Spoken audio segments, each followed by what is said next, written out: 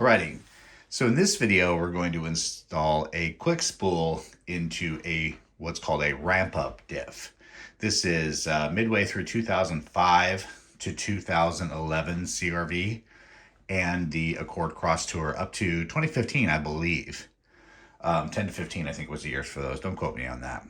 It took a while to do this video because when installing this kit you have to press in something on the clutch basket. And I was trying to come up with a solution that everybody could do other than going and buying a multi-$100 press or being inconvenienced, because I wanted people to do this in their driveway. So I figured out how to do it, and it's affordable. So the things you're going to need is obviously, well, you're going to need a diff, but you're going to need one of our quick spool kits. You need a flathead screwdriver or something to pry with. You need an 8mm socket. You need a 34mm socket and either an impact gun or a wrench. A big wrench, and you need one of these C-clamps, a C-clamp that's like this, but mostly the size. I'm going to put a link in. This is from Harbor Freight. It was $9, and I'll show you why you need that. All right, so I'm briefly going to go through what one of these differentials is and what the difference is between the non-ramp up versions and why this is a superior diff, and kind of how it works.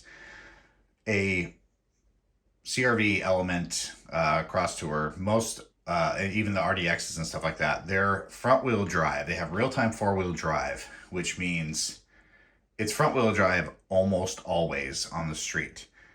It only puts power to the rear wheels when the front wheels start to slip or spin faster than the rear wheels are moving, meaning power's going to the front, you're not getting enough traction. There are two pumps inside of these diffs. There's one that has pressure regulated, the rear pump, by what the wheel speed is here, and then what the front wheel speed is, which is regulated by transfer case transmission sending through the drive shaft to the front. When it starts to sense that there is more rotations and pressure on the front pump and the rear pump isn't matching that, it runs through a series of checks and everything. I'm not going to get super complicated into it, and starts putting pressure up to a piston disc, which it pushes on a set of clutch packs, which then links the two together and sends the rotational power torque from the front flange to the rear wheels. So that's when you start to get traction. It's like if you have any of these vehicles and you ever go in the snow and you go to pitch it sideways or whatever, screwing around, you notice it understeers for a second, and then all of a sudden out of nowhere the rear starts to come around. It's because it takes a minute for the power to go to the rear wheels. The beautiful thing about the ramp up is that it's got a feature in it which puts about an estimated 10% of power almost immediately whenever you kind of hard launch. So it helps it grab a little bit more footing right off the bat, but it still works the same, and it's not a whole lot of power, but it is superior to the 97 to 2000, halfway through the 2005 ones. You can put our quick spool in on the 97 2005 ones and come close, but you'll never get that initial 10%. But here's the thing, we can make this diff even better by putting in one of our kits. This kit is different because it not only has different springs for the pressure springs and the relief, but it also has two shims, which you typically will only use one of them, but there's two included, and you'll see why. And we're going to take out the slop in the clutch basket and everything that has to do with that initial ramp up and how hard it grabs. So this swaps into anything. The mounting points are exactly the same as the 97, so you can put this in. You can put the same diff in Element.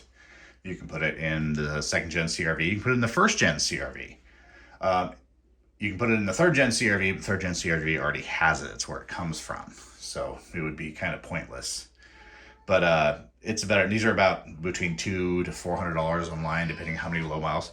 So this is a 37,000 the lowest mile one that I could find. That wasn't a ridiculous amount of money because I wanted it to have the nicest internals and the nicest clutch backs. And I've already had this apart and cleaned it. So you need to understand, when you do this yourself, it's going to be a mess with a ton of fluid. And this one is completely washed and dried just for accuracy, just so you can see more clearly in the video instead of being in a swamp of fluid like you see in a lot of videos that can kind of conceal things.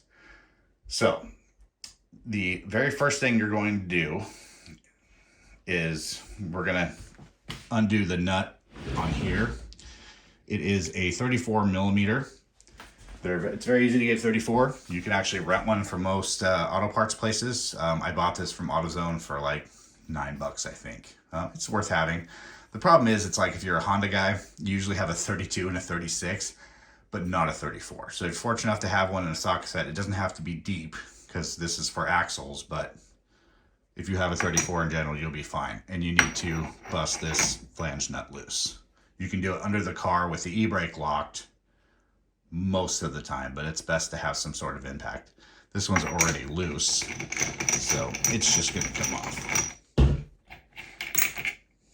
Now there's a washer in here. There's a nylon washer and an O-ring that comes off when you take the flange, but we'll get to that part. If you're doing this in the vehicle, it's going to be exactly the same way, but we're going to do an install of one into an Element, and I already have one for a CRV. I'm going to put them out at the same time. And then we need to, after we've done this, first thing you need to do is drain the fluid. So the drain is down here. So you're going to want to have a pan and drain all the fluid out as much as you possibly can. So just you just put the socket wrench in there. You don't need a socket or anything, or a hex bit or anything. Break it loose, drain it, and then we'll go from there. All right, so once it's drained, we're going to take off all these nose cap covers. Now these are 8 millimeter. You're also going to need an extension. Especially if it's in the car, you're going to have to kind of play with different sides depending on what vehicle it's in to get to the bolts. Like if you're on a second gen CRV, this bolt and this bolt are very hard to get to. So you're going to have to play with what works, but it is an 8 millimeter.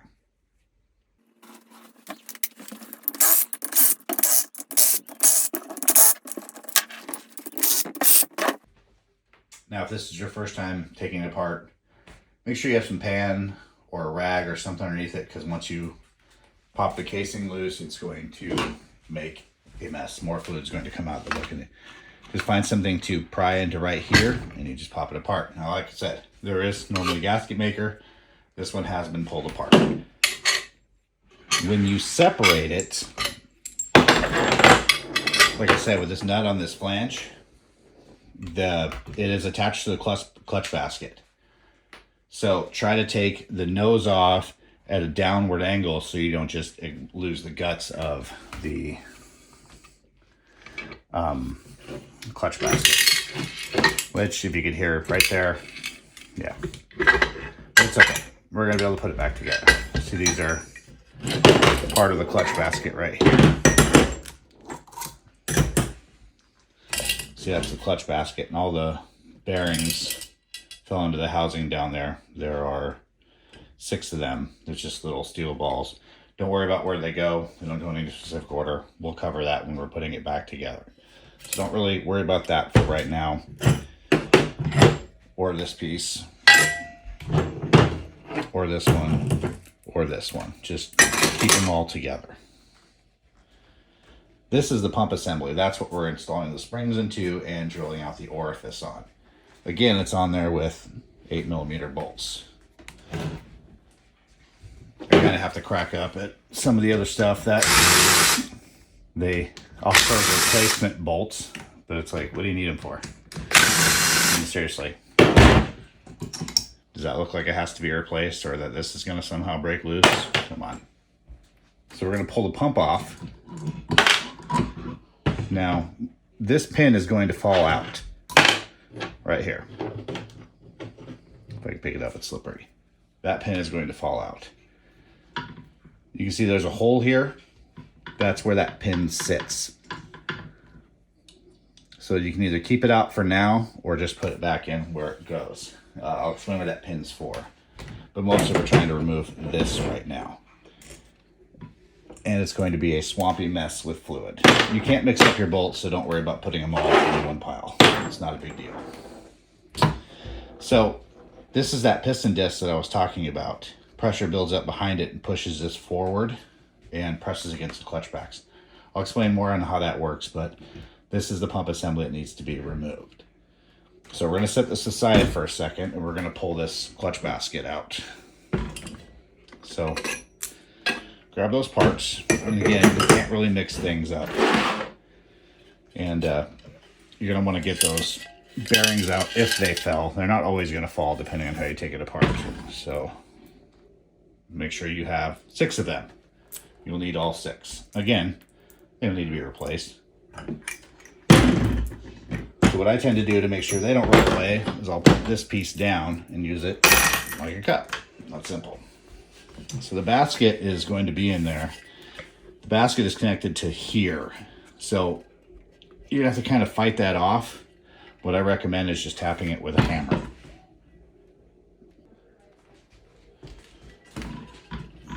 Just hold it and just gently. It doesn't take much. So pop that off.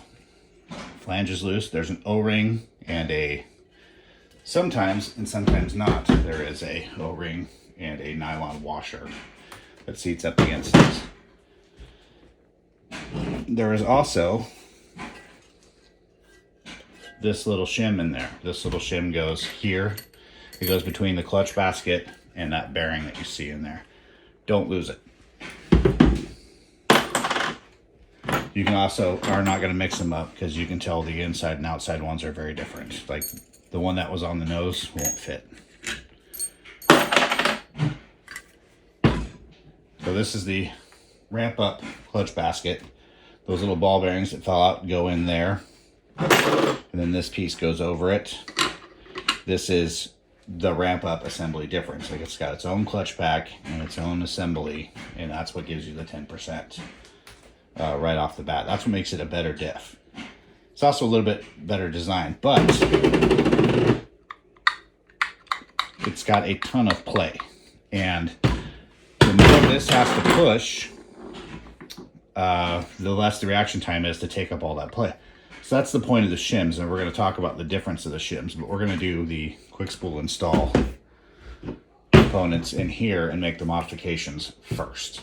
All right, so for the reference, for this video, we're going to keep the orientation of this thermal switch on this side. So when it's flipped over, it's going to be in the top corner over here for reference.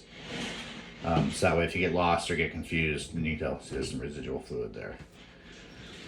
So the first thing you're going to want to do is pull this. If it hasn't already come out, pull this out.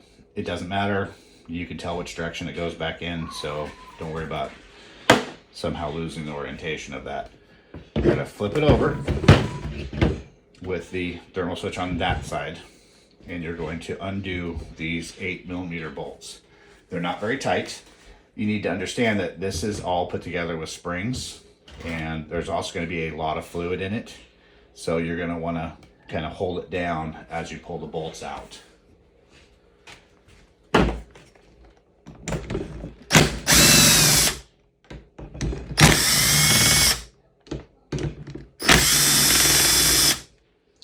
It's already trying to pop like a jack in the box.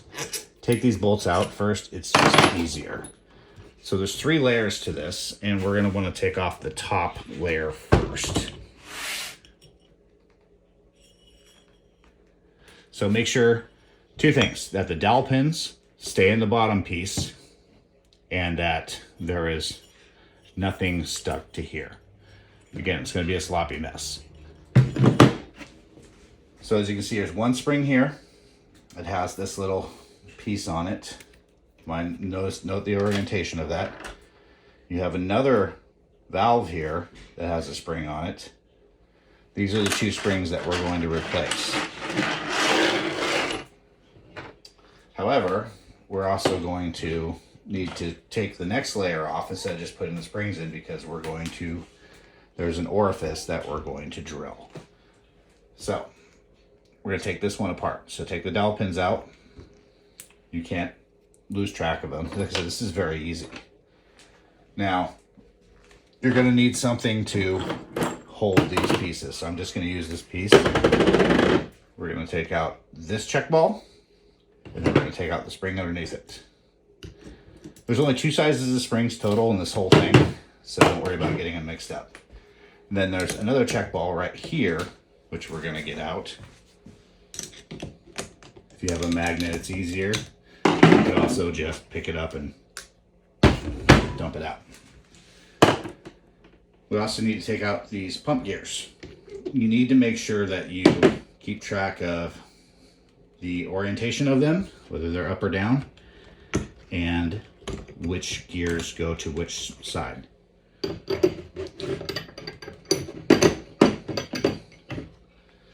So we're going to do that. Don't worry about this thing at all. No matter what other videos say, don't mess with this.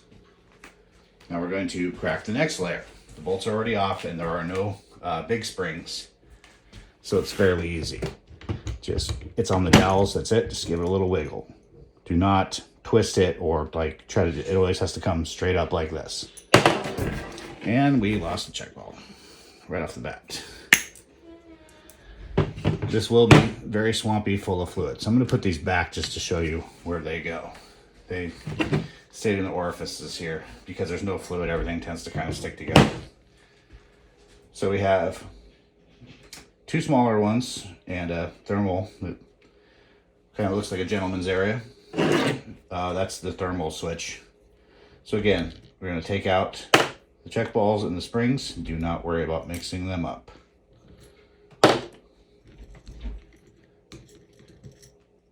We're taking out 4 balls and 4 springs out of this part. Really. You're also going to take the thermal switch out. Do not pull it from here.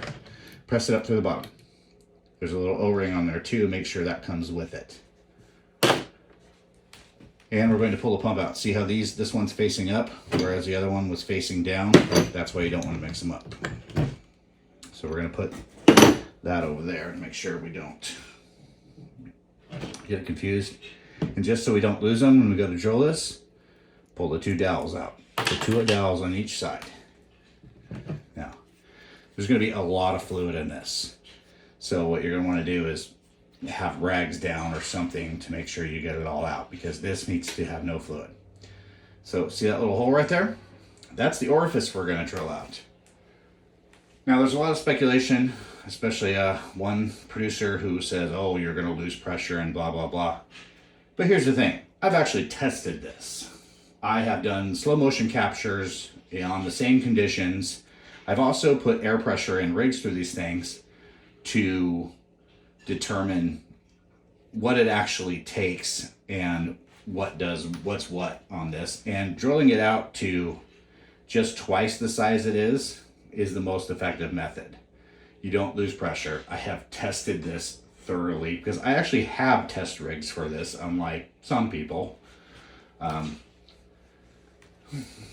going to say any names, but starts with an A. And yeah, so I'm positive about what this does and the results that it nets. So we're going to pry this assembly off. It's got O-rings on either side, on the inside, and you need to just kind of get it to work down. You can use a pick. Sometimes on these, if they're popped, you can press one side and it's kind of picked up. Just use different methods. You can kind of just smack it and figure it out. But realistically, you're going to have more success just figuring out an area to pry it from once you can get it actually out. So whatever works for you to get this out. So the other interesting method, if you have an air compressor, you can actually just plug this hole and then push air through here and it'll just pop out. Or you can actually just put your mouth on there and blow and it'll pop enough for you to get it, as you can see. So I do not condone blowing things, but hey, sometimes you gotta do what you gotta do. And then gently pry it up. There is a rubber seal there, so you're not trying to damage that seal. Just work it out. Just work it out. Just work it out. It'll be easier for you because you'll have fluid in yours and mine's dry. So pull this out. So note the orientation. That is not the right way it goes in because it literally can fit in either way. But that is not the right way. This is the right way. So What's interesting about this version is that most of these, the earlier ones, have a spring right here, which keeps this at a certain distance, but this one does not. So you can see the little hole there, and that's the one we have to drill out with the included drill bit. Now, take this to the sink because it's going to be full of fluid, and just use dish soap and hot water and you can clean it. It's aluminum, it's not going to rust. I would just clean both of these off completely, and just so any metal shavings that you have when you drill, it's easy. But this is soft aluminum, so the drill just goes straight through. Don't make it bigger. I understand, like, you might think to yourself, oh, the more bigger, the better flow, and then everything more bigger. That's great grammar, by the way. The bigger it is, the more flow. No. I've been asked this on eBay like 6 different times. Do not make the hole any bigger than the drill bit I gave you. It's been tested. Please don't. So we're going to drill that out. All right. So to drill this, it's very simple. Set it up somewhere where you can drill it. I mean, you can put it face down on something, just don't poke through, or poke through onto a surface you don't care about. I'm just going to put it on my vise. And like I said, it's super soft metal, and you can pretty much already work it as a guide. So just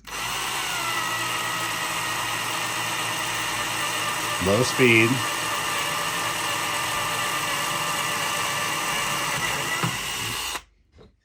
That simple. That's all you have to do. It is not difficult. Any drill will do it. You see you got some shavings right there. You're going to have to wash those out again. You can tap it out, but you want to be sure. It's still a hydraulic pump. There's still moving parts. Make sure you get all the shavings out. All right, so next thing we talked about is we're going to go back to that first piece we pulled off. There is a little filter thing here. As you can see, some people talk about drilling that out. Do not do that. Just make sure this is clean. You shouldn't have to remove this. Just make sure that's clean. It should be clean. Very rarely will you find these dirty other than just having darker fluid in it from not being changed or serviced. But make sure that's clean. You can also just soap and water this whole thing. You can clean the whole thing out if you want. You're just going to want to put a little bit of fresh stuff in as you're putting it together, just to make sure the gears are lubricated. But you can clean the whole thing just like this. It's just not necessary. But make sure, yeah, you get that clean. Now we're going to talk about these springs. So the springs that we are replacing, that one, oh, see, that one already wants to leave. It's already like, fuck you, I'm out of here. So the kit that you get from us has 2 springs in it. Now what's interesting is that if you're comparing diffs from the old style, so these are the ramp up springs and these are the non-ramp up springs. What's funny is that we've changed over, this is one of our springs to replace the larger spring. So we went with a smaller, higher compression spring. But it looks like Honda also kind of solved their own problem and also changed the spring up for the relief. So that's kind of funny that, and then we just made it even better. So, but the spring for the 4-wheel drive, 2-wheel drive switch is exactly the same if you're comparing stock springs, that is. So that piece that's right here that was on this spring doesn't work on the new spring, but that's okay because you don't have to have this. So don't be alarmed. We have run these plenty of times without it, and it's not even in the other ones. So just stick with the springs that you get from us. So we're gonna remove this piece, and just remove them from the equation. And we're going to go with these springs. Now, the longer spring is what this sat on. And so you're going to put our spring on and you kind of work it in there. It's not tight. You just kind of have to rotate. And then this spring will just sit on top. We'll show you when we put that together. I just wanted to explain the difference in springs and what you're going to need and what you're not going to need. All right. So once you have the orifice drilled, like I said, it's double the size with the included drill bit. Make sure you wash it all out. Make sure that there are absolutely no metal shavings anywhere because you can tear up the pumps. So now that we've done that, we're going to go ahead and put this thing back together. So we're going to put this disc back in. Like I said, if you dried it out completely, and make sure that there's a little bit of lubrication on these seals. These still have some left on them. Just pop it back down in there and then flip this up. And remember what we said about the orientation of the pin, just for reference. So we're going to put that up like that. Now the next step, we're going to make sure the O-ring on the thermal switch is still in good shape. So it looks like it still is. And we're going to pop it in there. Going to push down a little bit, but not too much, because we don't want to damage the switch itself. Now, like I said about the springs and the check balls, you can't really get it wrong. So just take 2 of the smaller springs, put them there, 2 of the smaller check balls, like so. 1 of the larger springs, make sure your springs don't get caught up together. 1 of the check balls, another small spring, and another small check ball. The other thing we're going to do is we're going to put the dowels in this piece right now, so that we don't forget. And then we're going to put our pump gear. Like I said, if it's dry, please lubricate a little bit. I'm not doing it for this video just because. And then you want to make sure that that is centered so it's easier to go together.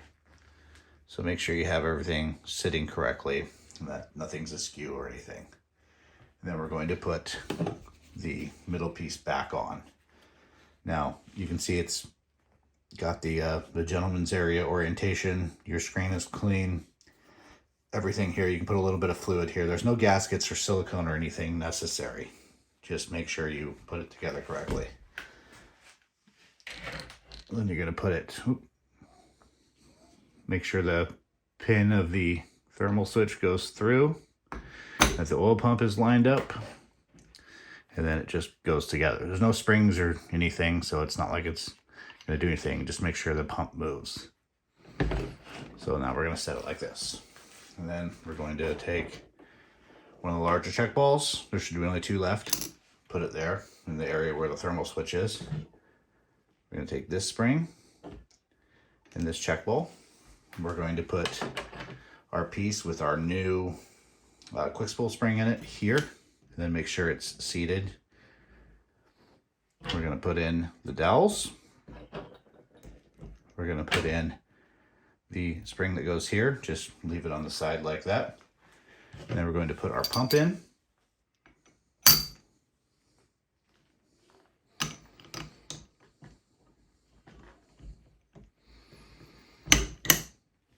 Make sure it's lined up properly, that it goes inside the hole. And then once you have all that, make sure your dowels are there, everything's there. You're going to put your cover on. So the spring that's sticking out, this one, goes in this hole right here. So remember, now it's going to be under pressure, so you need to put it on and hold it down until you can get your bolts in.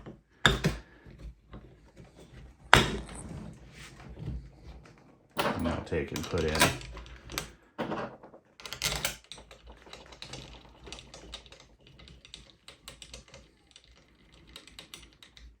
and just put 1, maybe 2 down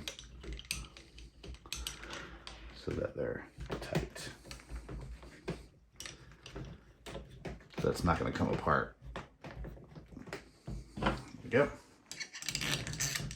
I'm going to put this in.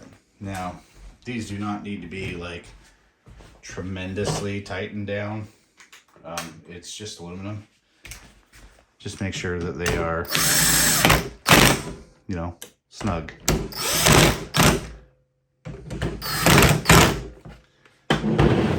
Now the thing to do is to make sure that your pumps move. So, looks good. So this rear pump is driven by that pin that's in the diff. This one right here. remember we talked about the different pumps. So that one's driven on this shaft, which is connected to the diff, which when you rotate this, it moves the axles around. I'll put that pin back in. And then the front one is driven by the clutch basket with this unit right here. So they don't have to be lined up or anything when you put it back together. Just make sure you have this pin on and that it's straight, and then line this one up so that it's the same. There's no gasket material or anything like that. There's dowel pins to show it. Just put it on, put the bolts in. You can tell the ones that are furthest because they're shorter and they're usually a lot cleaner. And again, they do not need to be that tight.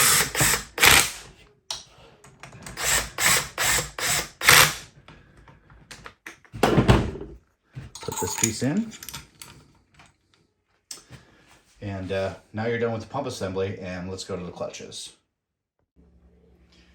So the clutch basket, especially on the ramp up, is probably the most confusing part about this.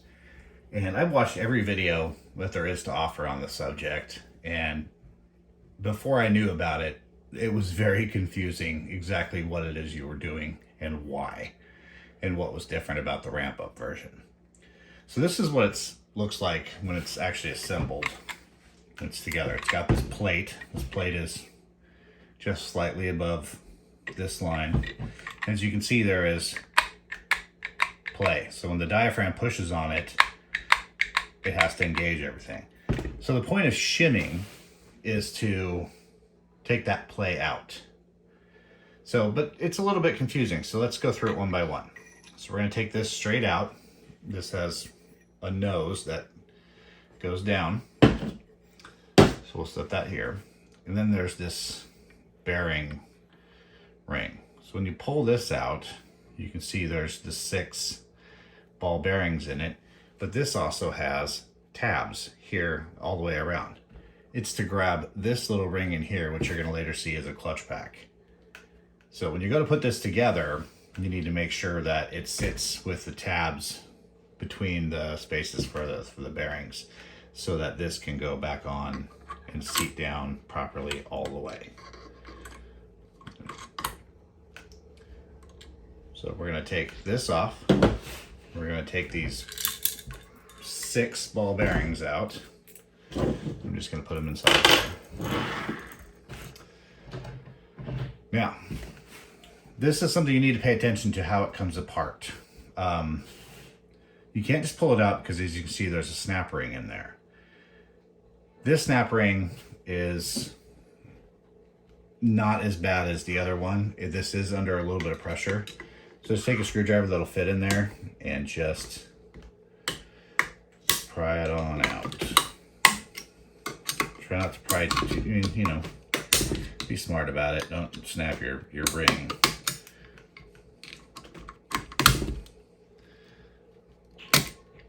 So take your snap ring out. Now let's break this down into the individual pieces that come out of just the top part, because there's 2 areas that have snap rings. So we have a surface material, and you're going to see that it's got prints from the clutch pack that's underneath it, so you can tell which side's up, which side's down. So we got a metal friction disc. We have a single clutch. This is part of the ramp up assembly.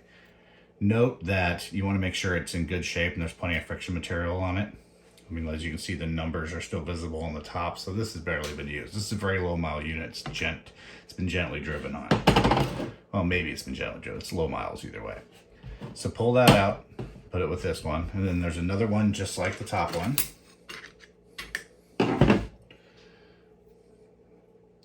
You can see that this one has the lines from the clutch pack, but it's also got a groove in it that is from wear.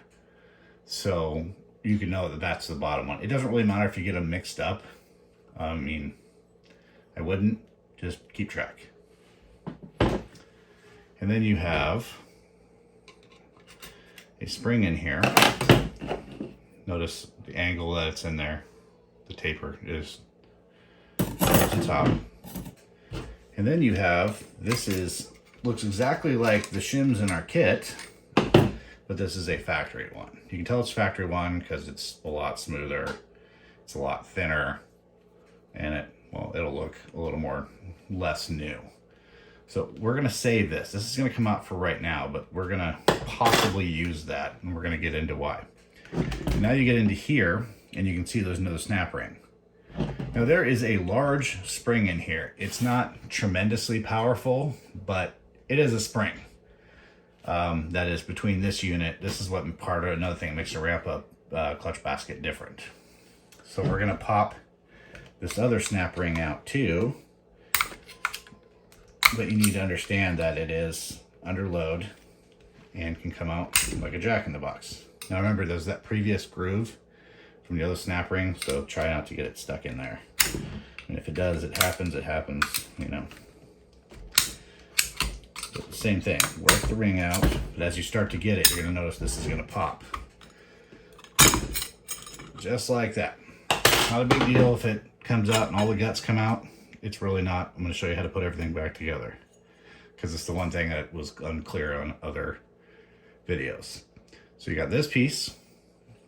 You're going to want to make sure you don't separate mix your things up. So make sure you separate your segments out for what goes where. So like top stuff, bottom stuff.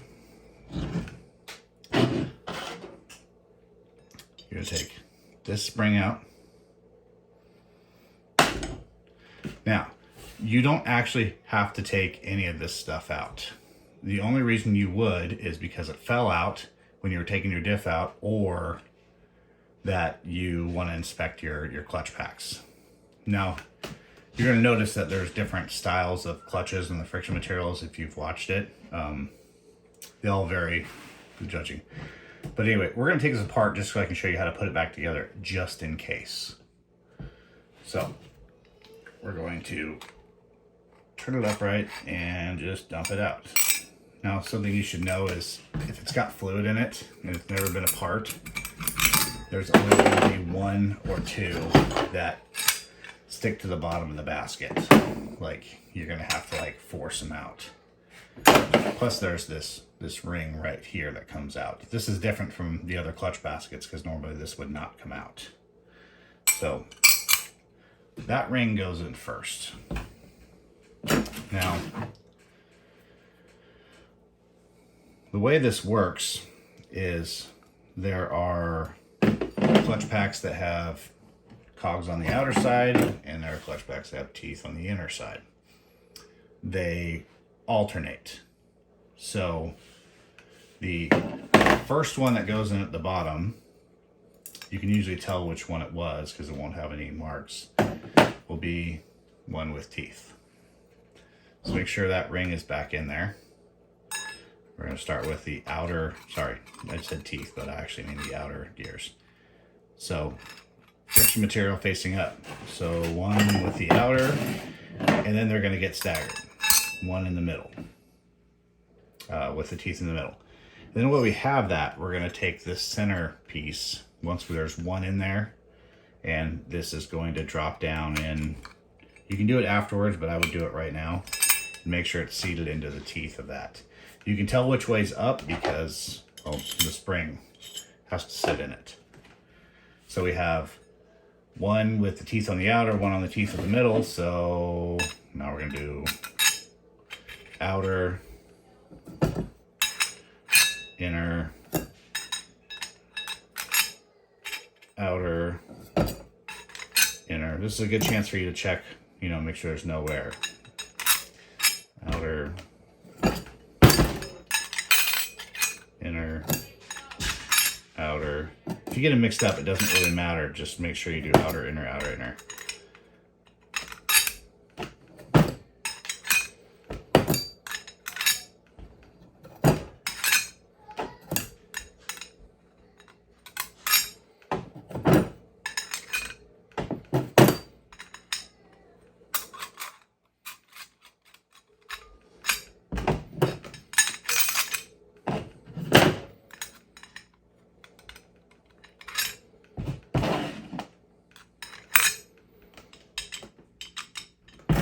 All right, so once we got that back together, you're gonna remember that this with the spring goes in there next. But what you notice is that there's a lot of slop even when you have your snap ring in. So we're gonna take that slop out. Now here's the thing. Some kits will use the previous top factory shim. And then, but if you have worn packs or your diff has a lot of mileage, or you just want it to be super tight, that's when my kit has 2 shims, because my shims are thicker than this. So you kind of got to use your best judgment. Are you going for maximum performance or treatability, or if your clutch packs are starting to wear down, you can put a thicker shim in there. Which way is the right way? Light duty off-road, I would just take the stock upper shim and put it here. So what you're gonna do is it's gonna go above this, between this and the snap ring. Now you see how this has teeth right here? And see how the piece in the middle has an open spot? Those have to go in there. So when you're putting this together, you have to kind of find the position to be able to push it in there. Now here's where it gets a little difficult. So you have to put the shim on. We're just going to use the previous top factory one for now. We're going to put the shim on, and then we're going to put the snap ring in. Is there a super easy way to do this? No. If you have a press, yes, it's much easier. But this one, as long as you're using this shim, you can do it by hand. You just gotta really have some coordination, basically. So you're gonna push down. I'm gonna stand up here so I have some leverage. We're gonna set the ring up ahead of time, and we're going to get it in there. We're not gonna do that. That's no bueno.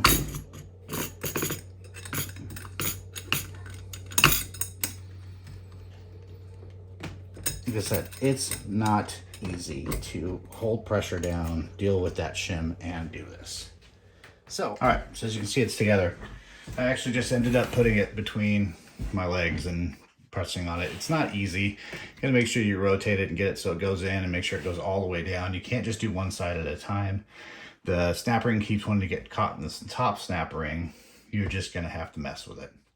So as you can see, the stock upper shim is underneath. So now we're going to put the ramp back together.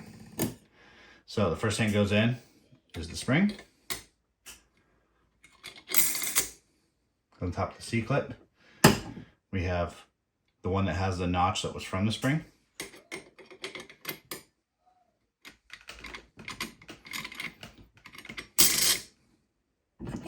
We have our clutch pack. Now note these pucks in the middle. These actually go in between the gaps of here. So you're gonna wanna center them on the circles. Like so. Makes putting it together a lot easier. Then you're gonna do this one again. All right, so now normally the snap ring would just go on it. But you saw there was that spring down there, and that spring has slop in it.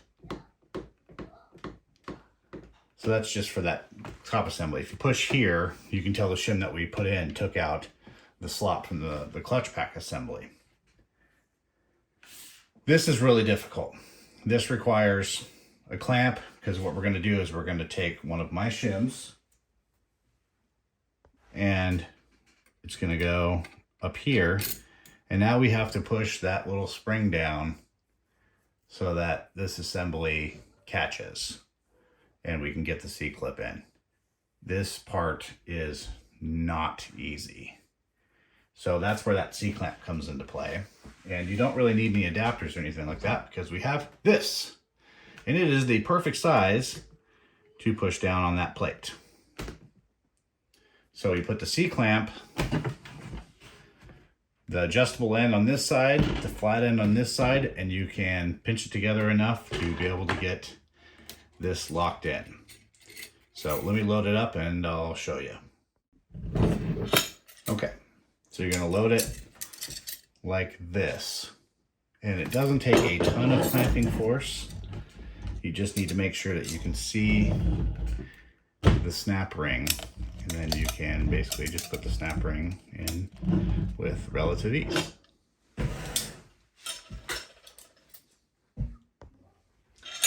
So as you can see, you're able to work the snap ring in. You just need to compress it down enough that you can see the groove for the snap ring. Don't just jam it together. I barely have any pressure on it. It's just enough to hold it to shim it.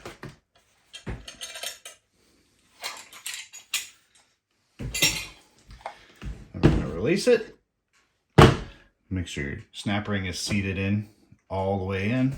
And now you have basically no slop in the whole assembly. And you're going to have a much faster responding diff at this point. So, we need to put our balls back in. These do not need to be replaced. I don't understand why some kits come with new ones.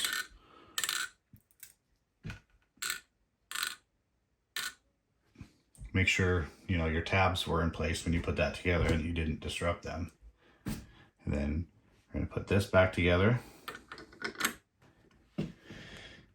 Might need to kind of wiggle it a little bit, especially when you have the snap ring and stuff in place. You know, try it on different positions to try to get it to make sure it'll drop in.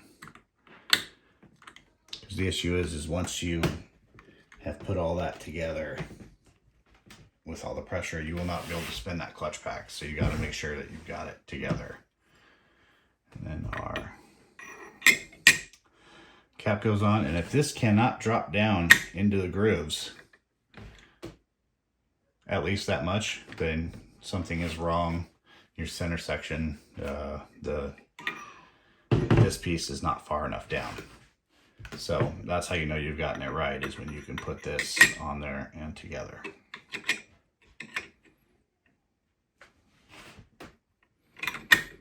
Like so. All right, so let's put this all back together. We have this ring in, but you also have this bearing that needs to go between that piston disc and that. If you don't put that in, you're gonna have a whole lot of problem. And you see how this is horizontal. So when we put the basket on there, see the basket's threaded to here. We're gonna try to put it on the same way. We want to try to keep this together until we get it on there, because if you don't, that piece can fall out and your balls will go everywhere. So just be real delicate, try to hold it until the last moment, because once you got it together and everything's seated, it's not going to fall. So that's together now. Do not forget this. Don't forget it. That's bad news. Okay, now the nose, once you have cleaned it and put the appropriate amount of Honda Bond on it, which is, it's not a cake, you're not frosting it, you're just putting enough on to seal it. Once you make sure you have that ring again, and then your nose is going to go on. Now again, you need to try not to mess with that clutch basket or pop it loose, because you're gonna regret it, especially if you're doing this on the car. Now when you go to put it together, it should seam up. Might be a little bit of a gap, but you shouldn't have to put bolts in to cinch it together. If you've done that, that means your basket's off, or that bearing has dropped down, or something is not right. You should be able to put it on, it should go over the dowels just fine. So then once you've done that, put in all your bolts. Like I said, Honda Bond, not on the bolts, but Honda Bond. And these just all get cinched up.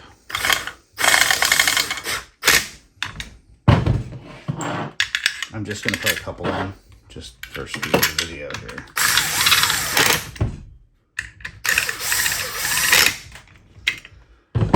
Okay, now you're gonna put your flange on. So there's a groove in there, which is for an O-ring. That O-ring sometimes stretches out and you might have a problem. You also want to make sure the seal is good and has not come apart. And you want to put a little bit of grease on there to make sure you don't tear up the seal. But the flange will just go right on. And then you need to put the O-ring in. Unfortunately, my O-ring that was for this is bad, and I've ordered a bunch of new ones, but I haven't gotten them yet. So the rubber O-ring is going to go in there around that recess in the flange. And then you put this, you put the nylon ring, if it has one, this washer, and then put on your nut. And you're going to torque that to 108 foot-pounds. Or if you're using an impact gun, I don't know, what's that, 3 or 4 Ogadogas? I mean, can you hammer it on there and get it too tight? Yeah. Should you use your best judgment if you're not using a torque wrench? Yes. But the torque spec is actually 108 foot-pounds. So you should probably replace that ring and that nylon bushing if you can get it from the dealer. I am working on actually offering those in the kits if I can get them in large quantities. I'm working on it, guys. So, and then it gets 1.1 quarts of Honda dual pump fluid, and that should be it. Make sure, test drive, make sure it corners, make sure it doesn't make any noises. But like I said, if you put it together that way, and it cinches up properly and it rotates freely, you've done it right. You don't have to worry. Thanks a lot, guys.